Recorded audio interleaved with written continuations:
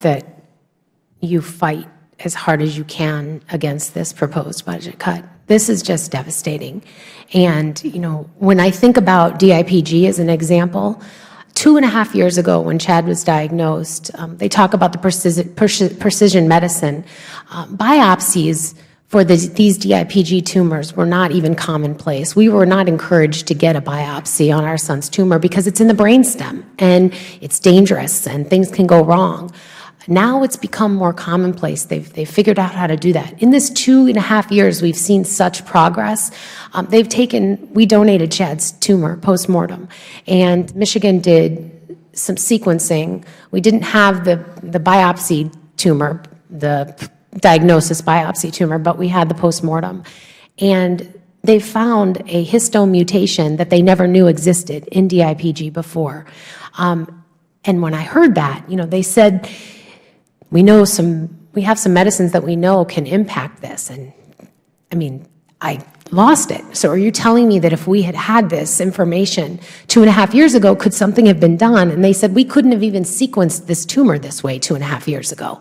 So you think about that progress.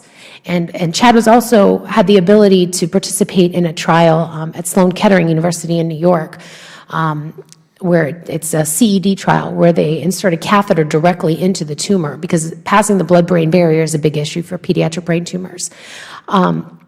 We felt obligated that we needed to do something if it was not going to hurt him.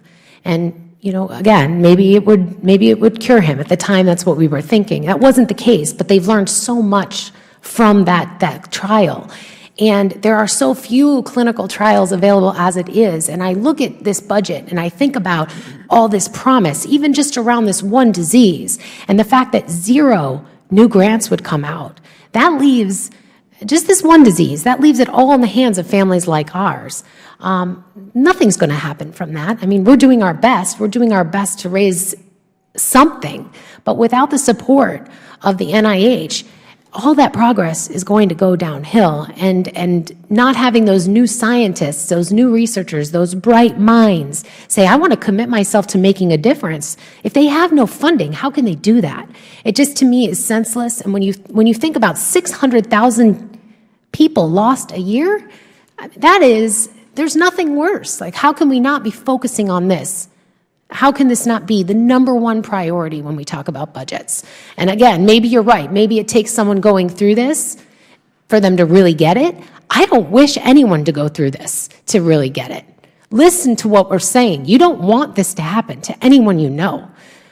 So my thought would be anything that anyone can do to fight these budget cuts, there needs to be increases, not decreases.